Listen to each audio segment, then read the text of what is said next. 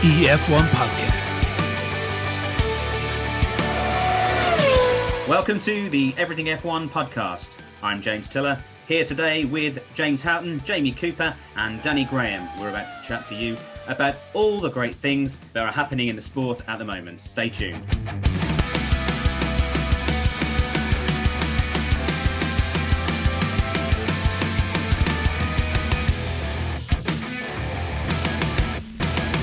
So hello, yes, and welcome to the Everything F1 Podcast. We're about to chat to you about some of the latest breaking news in the world of F1, down in the F1 paddock. We're going to talk about many things like the McLaren unveiling this Monday. We've got some new rules to talk about for this year and some just general chit-chat about what's going on for you to enjoy. So first of all, Coops, what would you like to talk about today? What's really caught your eye in the wonderful world of Formula One?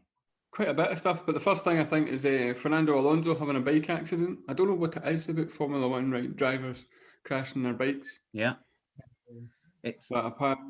Fortunately, it wasn't such a serious thing, hopefully. Apparently just like a broken jaw or something like that. Yeah, it was a fracture to the upper jaw, but you know what it's like. We've had Weber had an infamous incident, broke his leg. The more recent one with 𝐃𝐫𝐢𝐯𝐶 having quite a serious crash in his bike. It didn't sound great to start off with. No. But yeah, he's out, and there's been pictures on social media of him back to training, and from Alpine have said. I will call them Renault at some point. He's back. He won't miss any kind of preparation. Had a few days bed rest, successful surgery. But nothing too exciting. But it did kind of get everyone to stand up to attention at first, and the Hülkenberg tweets came out pretty quick. Yeah, there were plenty of those memes going around. Did you see the meme with Hülkenberg at the wheel of a car? Brilliant, I thought. But of course, social media did what social media do as well, and said he's severely disfigured as soon as it had happened, and won't ever walk again. And then, not quite. Yeah, no, he's all right. Yeah, luckily. The social media kind of grapevine always exaggerates things and tries to make up a mad story. Never mind. How about any news articles that you want to chat about? Sponge, have you got anything has anything come to your attention in the news recently? Not really, other than the unveiling by McLaren. I think that's pretty much all I've seen, other than the usual fanfare around Mazepin and. Mm-hmm. Yeah. So let's have a quick chat about the McLaren unveiling. We did do a live broadcast, kind of live reaction to the unveiling, and if you were there live watching it with us, you would have seen I wouldn't say disappointment, because we all enjoyed the car. We all liked the look of the car, but we were expecting it to be something completely different to last year. But it seemed like it was just a very small evolution. Let's ask Danny. What's your opinion on the evolution of the car? Well, I was worried they brought out the wrong car. I thought they brought out last year's car, but looking closely, it's been on a bit of a diet. But and slight changes. But I mean, I quite like the colour, to be fair. So it's now the McLaren colour, isn't it? So there wasn't much. I wouldn't have minded a bit more darker colours, a bit more black. But it's just a look, isn't it? It'd be interesting to see how it goes, what they're going to do with it after last year. They did. Absolutely, and I've seen the overhead kind of comparison with with last year's Mercedes, the W11, was it?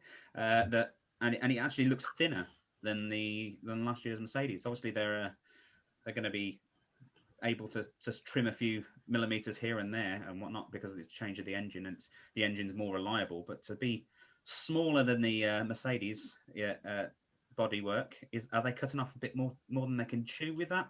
What do you think, Coops? No, I think Mercedes and McLaren will be a pretty good fit. The car itself from last year was pretty solid. Aerodynamically, it was okay. They've brought in James 𝐃𝐫𝐢𝐯𝐶, very well-respected kind of technical director. And I think this is his first proper go at the McLaren car. I think he was in gardening leave by the time the development's done for last year. So this is his first proper influence. But the biggest thing is, I mean, because of the token system, there's not going to be many changes to the to this year's McLaren. No. You know, with the front end's going to be pretty much the same as last year. They've had to use their tokens to get the Mercedes power unit into the car. The other thing is a lot of people on social media seem to think that it was a big bad thing that there wasn't a Mercedes branding on the car, which I thought was a bit surprising. But I did find out on social media that the reason that is that the contract with regards to the engine supply is only for an engine supply. It doesn't incorporate any kind of marketing. Oh, okay. And that seems the Williams do have the Mercedes. No, I checked it because I think Danny put that on our chat. Actually, that I did check it. It doesn't. The only person. George Russell's the only one that has a Mercedes branding, and that's on his overalls. Ah, okay. I guess you can understand that, yeah. You're Mercedes driver, isn't he? So, yeah. Case in point, I've never had the Mercedes branding on the car, which I didn't realise that was pointed out. Williams don't have it. Certainly on the new livery after Rocket, and especially from what you can see for the Rocket livery in pre-season, I couldn't see anything that said that it were Mercedes. I just remember historical kits that I've bought, T-shirts for McLaren, sorry, having the Mercedes thing. So it was a little surprise, but as I say, as we delved into it a little bit more, yeah, we've seen that it's not necessarily the case that it happens with everyone and every time. What we did get to see, we got to see the relationship with Lando and Daniel Ricciardo start. What was your first impressions of the relationship between Daniel Ricciardo and Lando Norris, Sponge? I think it's gonna take off where Carlos and Lando finished with the kind of bromance, but I think it's going to add in the kind of 𝐃𝐫𝐢𝐯𝐵urger, what do you call it? The 𝐃𝐫𝐢𝐯𝐵urger pranks, and you know, the I've got to get you back, you get me kind of thing, and then I'll get you back even more. I think it's going to be really fun. I think it's going to. I was thinking about this not long ago, and I actually think this is really going to help McLaren come out of their shell on social media as well. Right. I know that they've made a really big jump forward in the last couple of years since Ron Dennis really left the team completely, but they've always kind of lagged behind a little bit with the, you know, you've got Force India, Racing Point, Aston Martin, Jordan, whoever you want to call them, who are with Renault, two of the kind of front runners on the social media side of things. Yeah. And then you've got the rest really kind of trying to catch up, and then you've got Ferrari going, what's social media? I don't know what social media is. I have no idea what you're talking about. But yeah, I do think that them two are really going to help McLaren come out of their shell on that, especially the way that Lando does his streaming as well. I think that's going to become more prevalent as well. Yeah, absolutely. You look like you're going to say something, Danny. What do you think? What are you going to add to that? Oh no, it's he's right. Yeah, it's. I mean, there's a lot more younger people I've noticed getting into F1, specifically Lando, big Lando fans because of the Twitch streaming and because of things like that. Yeah, it'd be good. It'd be good for Lando. I think Ricciardo, it's good fun, but he needs to remember he's 10 years older, whereas Lando's just getting into the swing of things. Ricciardo really needs to put his foot down, and he's not running out of time as such, but he needs to start really putting his mark down. However, it's he needs to make sure he's focusing on that and not just the whole having a good time thing.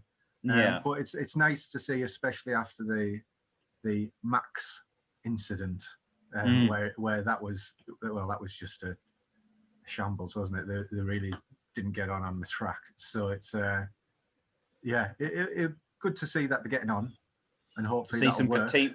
Be good to see some teammate banter. He didn't really have that with Ocon. I didn't find. Good. No, Ocon's. Where's Ocon's personality? Yeah, I haven't seen it. Giovinazzi's personality.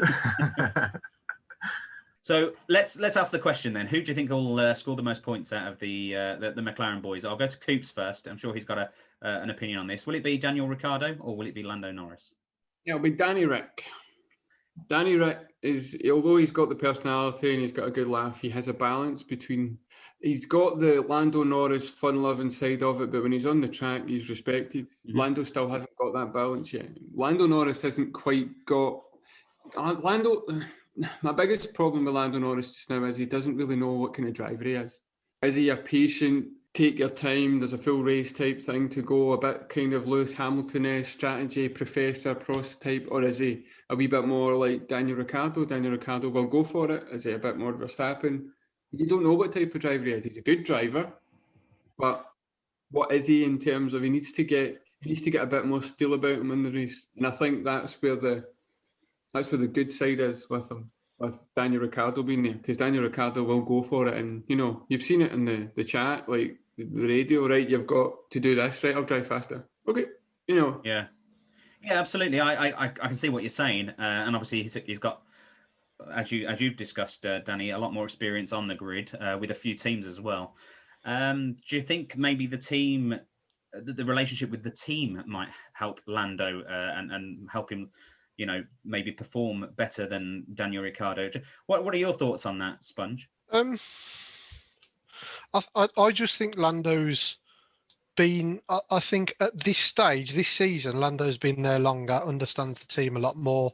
He's been with that team since a lot further before racing in Formula One. I do think that Ricciardo will pick it up pretty easily, pretty quickly. Mm-hmm. I think he's quick, but I think regardless of anything, the experience will tell for Lando. And I know that's daft to say because he's so young and everything, but I don't think any amount of good communication or what cooperation between driver and team will get him up to speed quicker, than maybe the season that he needs to. And I think that's why he didn't really shine that much at Renault either. He didn't really ever bed down there, did he? To be fair. Yeah, it was only the latter part of last year, wasn't it? That was that was any good for him. Yeah. And that's what, a year and a half within the team. What's your thoughts on all this, Danny? I think Danny Rick will get more points. I think he needs to. Going to Renault was a bit of a step backwards, but it was a step that he had to make somewhere because he couldn't stay where he was, which was fine. But it was a step backwards in performance. He couldn't do what he could in the Red Bull. This is a step up again. So he needs to show that he can do his thing. As I say, running out of time, really. He needs to get on with it, and he's got it in him. I mean, Lando. I like Lando. I know that doesn't come across when I'm saying Russell will beat Lando and Danny Rick will beat Lando, but I do like Lando. Everyone will beat him, but I like him. I really like Lando. No. But everyone, they'll just destroy him. He is good, but I mean, Lando. We've seen Lando on his last-minute charge. Was it the Styrian Grand Prix? I think it was last-minute charge. Which is great. But I always said, the thing that Lewis has above everybody else is consistency, and you've got to have consistency to be able to do that over all of the laps. From the start to the end, you need to be able to fight your way. And if you can only do it over a few, we saw it with Kimi as well. I can't remember which one it was, but we saw about 3 or 4 laps where it was just brilliant, and he just charged ahead. And it was like the Kimi we always knew. That's a Portuguese Grand Prix, I think, wasn't it? Yeah, I think it was. Yeah, and and then he dropped back again. But that's his age. It's a lot about fitness in this game. But also the Alfa Romeo it's a horrible car last year. Yeah. It didn't develop. It didn't have it didn't have the grip. And then it had Giovinazzi as a teammate. Where are you going to go with that? The thing is, I mean, Lando has got the consistency. Out of every race, he retired in 1 out of 17 last year. Scored points out of the remaining 16, he scored points in 13 of them. Mm-hmm. So he's consistent. He just needs to figure out his racecraft a bit better. When you've got somebody like Ricciardo who knows how to race a car, and I mean, he sees an opportunity, he's going for that opportunity. It can only benefit Lando, but I don't think the fact that Lando's been in the team is going to be such a big plus. I just think with Ricciardo being at Red Bull, then moving over to Renault, it took him too long to adjust to the Renault car. I think he'll come in, and every driver on that grid wants a Mercedes power unit in their car. So I think he'll come in and he'll nail it pretty quick. I think within a couple of races, he'll know what he wants, even maybe in testing. Well, between us four, then that's probably 2 for Ricardo and 2 for Lando. Because I think Lando and the fact that he's comfortable with the team know him, the team know how to communicate with him. I think he'll have the edge. You might see Danny Rick, beating him towards the end of the season, is my opinion. But I do think that Lando, over the start of maybe the first 15 or so races, I think Lando will probably have the edge personally. But I mean, we'll see at the end of the season. It'll be Spunge and me against you two to see who see which pairing got the right choice. Right, let's move on to another part of the news. We'll go to Danny.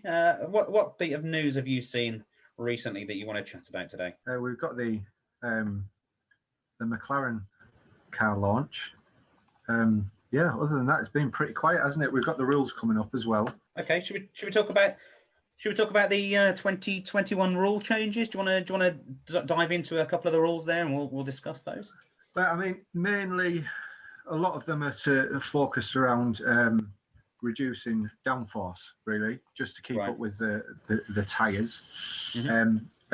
The floor of the cars is now going to be one piece with a triangular piece cut out at the back. Right. We've got rear brake duct winglets are shortened again due to downforce changes, and the diffuser fence is cut down as well. Again, all about the downforce for the tyres, really, because they can't keep up as the teams get further and further ahead, more and more downforce. The tyres, I mean, we saw that, the tyres just can't keep up. And they're changing the compounds for this year, aren't they? Yeah. They're making slight modifications to the tyres for this year, but ultimately the tyres this year are 3 years old. Yeah, right. Which they said just isn't good enough. It's just not good enough to keep up with the cars, so they've got to pull the cars back a little bit. But I mean, as Coops said, I think it said speed-wise they'll lose about a second, but when you put into account everything that they'll change around what they can't change, you'll lose about half a second. You'll see no difference, really, apart from the slight shape of the cars. And maybe a few slower qualifying laps, maybe. Maybe, yeah. And then you've got the qualifying, which obviously time-wise changes as well. All going to be an hour. Practice. Practice. Yeah. All going to be an hour now. So less practice, but they are introducing sprint races. Are they introducing the sprint races this year? No, or what is it? They aren't. At the commission that they had, which confirmed the engine freeze up until for the next few years. There's apparently it's very cagey, so it's a broad support for looking at other ways for other qualifying formats, but it's not as far as to say that they were actually keen on sprint races. So there's a broad support to look at qualifying. They basically said to Formula One, look, we're interested to see what you're going to come up with. Go away and come back with a wee bit more information. And how is it going to work? How are the points going to work? How do what about, because everyone's nominated a certain amount of components for engines. So there needs to be a wee bit more sort of understanding of how it would work and how it would be developed to work properly. So there is a broad support to look at qualifying, but it's not necessarily to introduce just these sprint races. Right, okay. What's your opinion on a sprint race? Sponge, have you got an opinion on the sprint races? Is it a good idea? You're thinking of introducing them at Canada, Italy, and where was the other one? Brazil. I don't like the idea of them doing different things at different points of the season. I understand that they've got to try new ideas, but for something such a big change that it will impact the championship directly. Yeah. I think you've got to go in whole hog and you've got to do it for the whole season. If it takes that long to test it, then it takes that long to test it. It's as simple as that. But I really don't agree with trialing it at 3 championship rounds. I don't think it's fair on the lower teams. It gives them what are they on about doing? They're on about getting rid of the second Friday practice and having a sprint race on the Saturday instead. Okay, so qualifying would replace free practice 2 on Fridays and set the grid for a Saturday race of approximately 1/3 of the Grand Prix distance. Right. Which would given to the top 8 on a lower scale than usual. 25-18, 15-12 and 10 scoreline. And the sprint race results would set the grid for the main grid Grand Prix on the Sunday. Sunday would remain the focal point of the weekend and hold the Grand Prix title, but the sprint race would reduce the outright emphasis on it thanks to points being available elsewhere. The new race will dilute the value of the Grand Prix, is the way I'm looking at it. So that's how it works. The sprint race will win pays 10 to 12 points. That's 40 to 48% value of a Grand Prix. Right. So it's quite a significant amount of points. Yeah. You're getting around half points, just under half points for winning the sprint race for the top 8. Okay. Well, it's also going to play havoc with the engines because I'm guessing people are going to be wanting to protect their engines. Some will be pushing their engines if they've got, high reliability like the Mercedes. I mean, Lewis Hamilton doesn't want to lose out in 10 points to Max Verstappen or losing 3.75 of Valtteri Bottas or whatever version turns up. So you'll not have a choice. And also, you've got to remember there's the new sliding scale for the CFD development. So all that comes into play for this season. So I mean, three races isn't enough to gauge how much damage that's going to do to the car. Nowhere near. So it's fine to test it slightly, but as Spunge said, that's going to have a serious knock-on effect. It just seemed, strange. Am I the only one that likes the setup now? Yeah, I love it. I don't see an issue with it. Yeah, I don't see an issue at all. If it ain't broke, don't fix it. It's one of those things. But by all means, if they want to save money, get rid of one of the practice sessions. I'm all for that because it creates a whole host of uncertainty for the teams. The more practice time they get, the more time that they've got to perfect a setup or to get rid of gremlins or whatever. And that always works towards the top teams, doesn't it? At the end of the day, you got more resource to put at it, then you're always going to get there quicker. So the less time that they've got practicing, great, but I don't see that as the answer. And I agree with you, Danny. This is the first time in Formula One's history, really, that I've absolutely loved a qualifying format. Yeah, I don't think they could get better than the qualifying format that they've got at the moment. No, but I mean, it'd be if they wanted to even it out, as that are with the aerodynamic testing. If you want to do percentage of where they are in the standings, reflect on how much testing they get, then you could do that as practice as well. You could do the lower teams get more because they need to work out more. More issues. Mercedes, what do they have to work out? I mean, how many issues did we see them come across within the season? So it's you could do it that way if you wanted to, and give a certain percentage to wherever they are in the standings if you wanted to change it. But I personally don't see an issue with how it is. I like it. I think it works well. Coops, you were going to say something? I was just saying to Spunge there and the other guys. I mean, did this not like you trying to say that you didn't like the qualifying format where it was aggregate times over 2 days? I mean, did you not like that? Come on, that was brilliant. It was that good a new qualifying format. The teams didn't even know what was going on.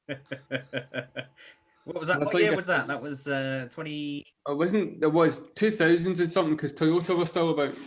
Because I think Jarno Trulli got pole position. Yeah, but what about that one? They started. Was it 2016 that they tried to do like a knockout within the rounds? They the last 5 minutes of each round they were trying to knock the bottom driver out, and it literally lasted one race. I think they'd done two. Was it two I races? think they'd done Australia, then China. Both times the teams were like, okay, well the time runs out. That means we've still got one lap when the time runs out to get our times in. So they're all expecting to be able to fit another time in, and then actually the F1 were like, no, you're out. You can't complete your lap. You needed to have completed the lap before that the 5 minute was up, and everyone was kind of like, what? What? What? What do you mean? And everyone, no, not the fans didn't get it. The teams didn't get it. Even the people that wrote the rules didn't understand it, and it really kind of sucked the fun out of the qualifying for those two races. I suppose it was fun trying to listen to like Sir Martin Brundle and whoever was commentating, trying to explain it, which was. Didn't one of them turn round in the end and say, "I can't comment on this because I don't understand what's going on. Well, that must have been Sky Sports because they don't have a clue. There's George Russell in first. Oh, it's Lewis Hamilton. I mean, it's Lewis Hamilton. Yes. Crofty doing his Crofty. best impression of Murray Walker. Murray Walker, the Miss Mal communication. Yeah. There's nothing wrong with that car other than it's on fire. Yeah. So let's have a chat about other things then. We've obviously got our fantasy Formula One teams coming up. I wanted to chat about this myself personally because last year I was the winner. Here he goes. So, we haven't heard the last of it. So what we want everyone listening to do is to get onto the Fantasy F1, fantasy.formula1.com and register a team. Then I've got to do that this season as well. Yeah, you missed out last year, Sponge. So register a team, then enter our league code and join our fantasy league. Our code, and I'm sure somebody will have it on the top of their tip of their tongue to join. I'm going to read it out if not. It's I love Tiller. It certainly is not. Sore losers. The code, if I'm not mistaken, is 7FF60917C0. So I'll read that again, but by all means head to our page. It is on that page and you can find it just by scrolling down a few posts. It's 7FF60917C0. And last year we put up a prize, and this year we're going to put up a prize as well. We don't know what that prize is yet, but it's going to be even better and even bigger than it was before. So come and have a go if you think you're good at F1. And just to let you know, the admin team are in the league, but we are now not eligible for the prize. No. I saved myself 20 quid last year. But they've nominated the fact that we should give it to the highest scoring person that's not part of the team, which is fair enough. I'm willing to put my hand in my pocket. I promise you the prize is going to be brilliant. We haven't come up with it yet, but it will be absolutely brilliant, and it's well worth joining a free fantasy Formula One league. 34 teams are in it at the moment. 34 teams. Wow. Yeah, we're at 34. That's good. There's a guy in it called Dan the EF1 man. I don't know who he is. He's the winner, him. That's the winner, that one. I would say I'm the winner, but the last 2 years we've done it, I've been god awful. Yeah, so. I think I was pretty low down last year. So I think most people are going to do the obvious now and put Hamilton and Mercedes in, and then just. You can't do that this year. They've changed it. Formula One have been very, very smart. They've increased it so that if you put Mercedes and Hamilton in your team, that costs you 71 million out of 100 million, and you've still got 4 other people to put in. So you're not able to do that this year. You can. You just have to have Mazepin. You have to have Latifi. You have to have Russell and Giovinazzi. I know. Try it. I know because I've done it. Of course he has. Oh no! I think how bad Haas are this year, because they've already come out and said that their team don't expect anything this year because we're just holding out till the new rules come in. Mm-hmm.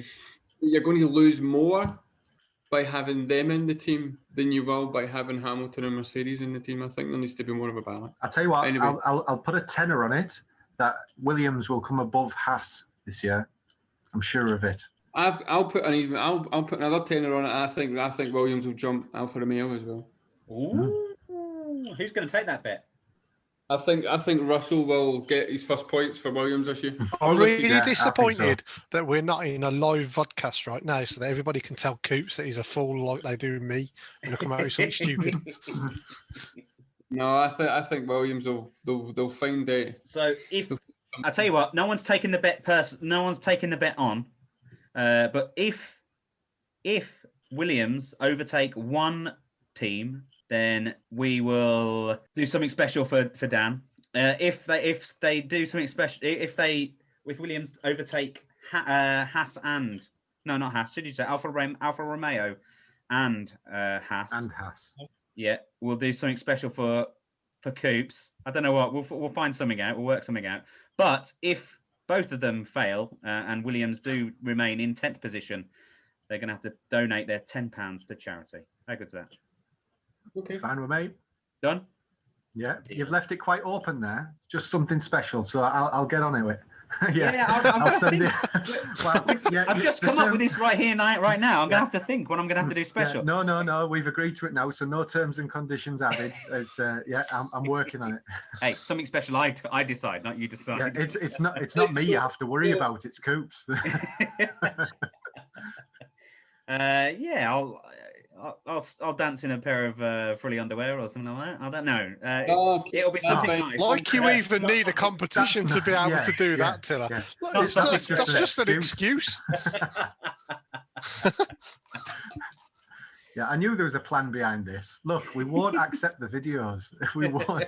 We've got. Well, I keep sending them to you. You never respond. So we know what's in them. So let's get back on track, as it were. The pun very much intended. I'd like to hear something you're all looking forward to this year. Coops, what are you looking forward to this year in the world of F1? Not in your private life and meeting your girlfriend after lockdown. I'm looking forward to the Aston Martin car launch and how Yuki Tsunoda does in the AlphaTauri. He's came up from F2 with a bit of reputation behind him. He's quite a quick driver. Mm-hmm. The fact that Red Bull have put him in a car means nothing because they destroy every young driver's career. So, but he seems to have come up with a bit of a pedigree on him. So it'll be interesting to see. And then I think for everybody, the midfield battle in general. Yes, absolutely. I think that's where it's going to be, as it always is, the place where the most of the action happens. So I'm really looking forward to that. Do you think Yuki Tsunoda will beat Gasly in the same machinery? Yes. You do? Wow. Yep. Bold prediction. Well, I think Williams are going to beat Haas and Alfa Romeo. So then, I'm going to have to stick my neck right out. Yeah, okay. Spunge, what are you looking forward to most out of the upcoming season or pre-season? The potential to be able to go to Silverstone this year. How nice would that be? I think. Actually see the cars in action. Yep. I think even a reduced crowd. Mm-hmm. I mean, we've said before, in terms of watching it on the telly, it doesn't make a difference. But I think for F1 fans, I think it would be a major step forward if we were allowed to go to the British Grand Prix this season. I think it would be a massive step forward, and it would be a massive reward for the sacrifices that everybody's made. So I really, really hope that it happens. Whether I can actually see it happening, I'm not so sure. But if it does, it would be nice. F1 will try and be there. We will try and be there. Yeah. I'm not going to buy tickets. I'm just going to stand at the entrance. Be like, hello! How about you, Danny? What are you most looking forward to for the season ahead? Well, the midfield battle, really. It's good to see a lot of new blood on the track as well. It's a lot of changes, really, driver-wise. There's a few young ones now, isn't there? So it'd be good to see how they get on. Well, let's list those. We've got Mick Schumacher, we've got Nikita Mazepin, and that young fella called Fernando Alonso. He's floating. New young driver. Yeah, he's part of the young driver test in Abu Dhabi. Yeah, and he was the fastest, wasn't he? So it's quite interesting. Obviously, we've got Yuki Tsunoda as well, which we have mentioned. Yep. Who are we thinking is going to perform the best out of all the newbies? Will it be? Let's not forget as well. We've got the young Schumacher, which everything's lying upon. Everybody expects massive things. I think. Well, it goes from expecting massive things to expecting nothing. It seems. I don't think he's going to be able to. Win either way. I think. Well, that's the thing. He's obviously got the name behind him, and people are going to have high expectations for the name. What a lot of people have commented that he takes a season to warm up into the new formulas. So maybe he won't perform very well first year anyway. Will it happen straight away? Will it be a little while? Is it because it's the Haas?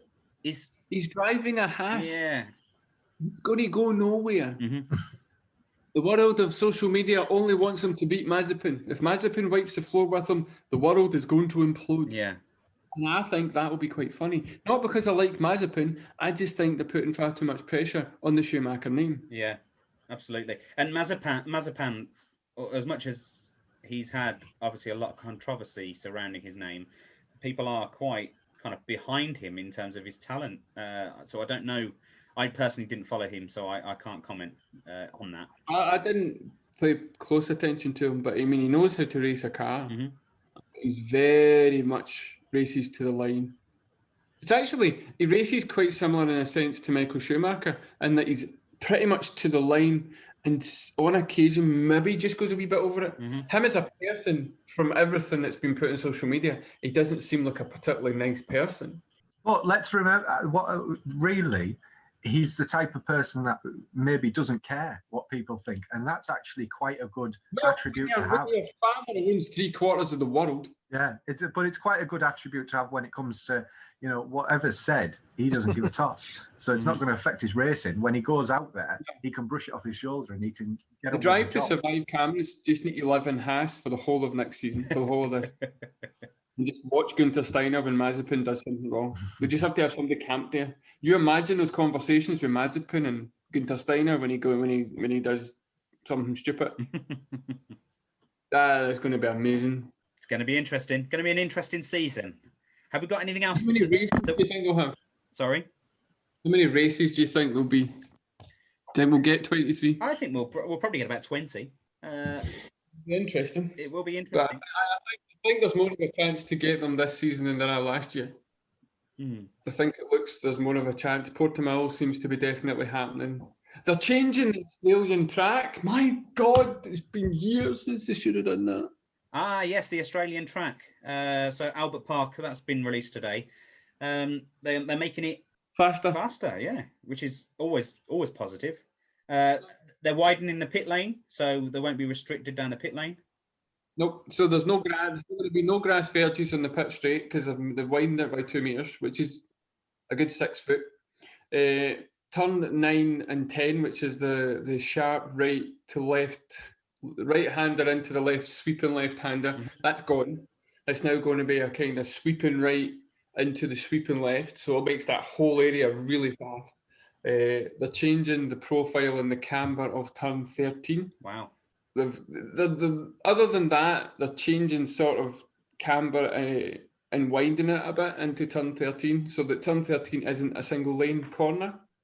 Gives it more of a braking opportunity, plus the fact of turn 13 is the first hard braking after that sweeping new section. Yeah. If anybody played Formula 1 97 on the PlayStation 1, you were allowed to do that without getting a penalty in Australia, where you cut, because that wee bit of track was always there, and it's the only time I ever managed to qualify in pole by like 3 seconds. By cheating. You cheated. I'm not a good driver in Formula 1 games. I do it because I enjoy it. I'm not good at it. I tried it with minimum traction control on. Oh my God. Anyway, couldn't drive in a straight line to save my life. So they're changing Albert Park. They're making it quicker, which is always good. They're making a few changes, hopefully to mix it up and make it a bit more interesting. Because as I say, we always start with Australia, and we're always just really happy that Formula 1 has begun. But like Coops said, we're all just happy that Formula 1's begun. It's not necessarily a great race that we get when we're there. I think 1 year there was one on-track pass the whole race. Yeah, exactly. It's like Monaco. And they're also, the other thing they're doing but won't affect this year is they're resurfacing it with a more aggressive asphalt. I don't know what that means. I don't know if it swears at the drivers as you drive over it. Ouch! But, I don't know what that means. I mean, maybe it's more abrasive. I don't know. But, that's what they tend to do with the newer tracks. Unless, of course, you're talking about Istanbul last year when they decided to plaster it with ice or something like that, making an ice rink instead. They relayed it 3 weeks before, and all the bitumen and the crap came up, and it just made it really good. Actually, it was a good race. Yeah. We were... Oh, sorry, Dan. Carry on. No, it added a bit of excitement, didn't it? Bit of ice. Yeah. Did I think we were all at the start going, oh no, it's going to be crap because no one's going to be able to get any traction. It's all going to be meh. But then, obviously, it rained as well, didn't it? So it was all. Yeah. It made it just a spectacle. Was it Istanbul or was it Portimao that we had Sainz in the lead for like 1/4 of a lap or something? Portimao, I think, wasn't it? Everybody was just screaming at the telly. Yes, yes, yes. So, Coops, you said something about the Monaco Grand Prix before we started airing. What is it that you found out from Twitter? It's a small thing that this Monaco government have said that they will start making arrangements for the track layout next week. Mm-hmm. There's quite a significant lead time because I don't think we're at Monaco till was it end of April, May kind of time. May, end of May, yeah. So with street circuits, the same as Baku and a lot of the other street circuits, you're talking a good couple of months in advance. But it's all systems go in Monaco. Everything's happening. They've got 3 races, a historical thing the week before and something else the week after the Grand Prix. So it's like 3 weekends where it's just the track. I think Formula E is going to be there as well at that point. But they seem to be quite happy with the situation and are pressing ahead with it starting from next week. So to anybody who likes watching the Monaco Grand Prix, what do you do? I certainly don't. It's the jewel in the crown. Of course, there are fans of the Monaco Grand Prix. I think I'm a fan of all the glitz and the glam, but the racing. I'm over the glitz and the glam and that. It's just the cars are too big now. They're far too long. They're 2 meters wide, for goodness sake. I can't speak for us all, but us British like queuing. So yeah, love it. Love to see cars just queuing. I mean, we don't have Pastor Maldonado who decides he wants to try and pass half the field during the tunnel. Made it entertaining. Yeah, or Sergio Perez knocking himself out by crashing coming out of the tunnel. It's not what it was. It's just I don't know. I think it's kind of outgrown its use, but it'll never go off the calendar. No, as I say, the jewel in the crown. They won't get rid of it. As I say, it's a bit of glitz and glamour. I don't mind it personally. I don't enjoy the racing, but I don't mind watching kind of the build up to the weekend. And then watch this. I'm sitting here going on about how crap it is. We'll get to the race and it'll be the best Monaco Grand Prix they've had in years. And I'll be like, fingers crossed. They didn't have it last year, so they've got something to prove. Maybe they'll throw some oil on the track somewhere. That's like Bernie and his sprinkler idea. Halfway through the race, put the sprinklers let them on. Resurface. Let them sprinklers full of rich energy, just to make it all sticky and wet. We don't talk about rich energy. That was like his Fight plan. Club. We don't talk about rich energy. We don't give him the airtime. That man has already grabbed too much of the airtime as it is. The guy from Rich Energy is like Gandalf, but schizophrenic, is he not? Schizophrenic Gandalf, that boy. Gandalf. The big beard. Yeah, he was not not personality. So that's been our Everything F1 podcast. We've chatted to you for about an hour now. Obviously touching on all the things that have happened very recently. We are Everything F1 and we do have social media presence on Twitter, Facebook and Instagram. We will soon be getting a YouTube as well. So make sure you follow us, you like us, you poke and prod us, wherever you find us on the social medias. Make sure you check out our website too, www.everythingf1.com. We've got loads of articles there from our writers and me, who just likes to stick some things up. Danny's got something to say? Just to add as well, we, obviously in the paddock that we have, if you're in there, shot some questions in there, any discussion points you want us to mention within the podcast as well. Obviously the podcast is for you, is for everybody to listen to. I know I don't listen back to my own voice, so yeah, it's for you. So if you want to ask any questions, any discussion points, then let us know in there. Absolutely. We're hopefully going to be recording these at least once a week. So yeah, as Danny does say, get some questions on those posts. We'll put them on the day before we do go to record, and we might give you a name drop. We might obviously read your question out, and it'll be good talking points to start with. Well remembered there, Danny.